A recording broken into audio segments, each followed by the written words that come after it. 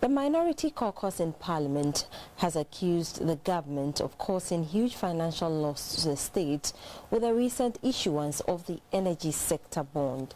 Speaking to the media in Accra, the minority spokesperson on finance, Mr. Kesel Atto-Fortson, explained that the state could have saved up to about 1.2 billion cedis over the 10-year period.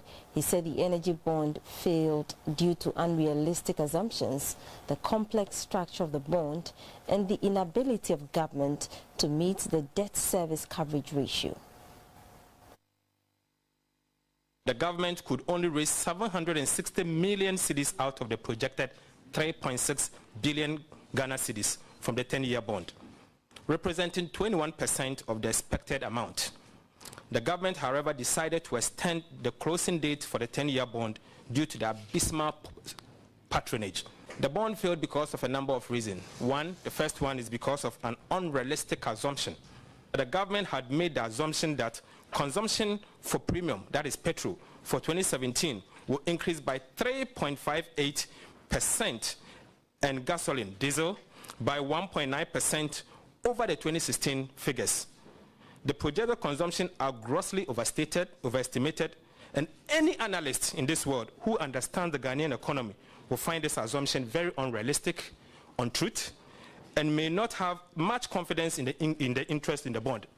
The total amount of interest payment for the first year will be 1.158 billion cedis.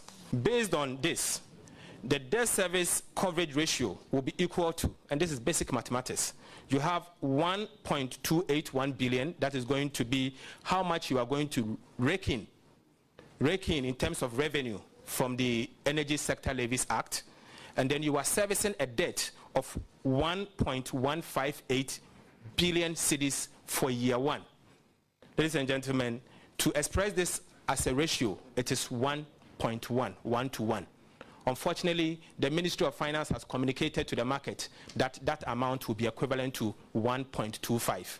So any investor sitting out there will know that your numbers do not add up. The bond itself, there has a very confusing structure. The structure is complex, it has no track record, and it is very much unknown. Instead of them issuing a bond called plain vanilla, they decided to use this complex structure that has cost the taxpayer some 200 basis points. 200 basis points, let me put it in plain language, is 2%.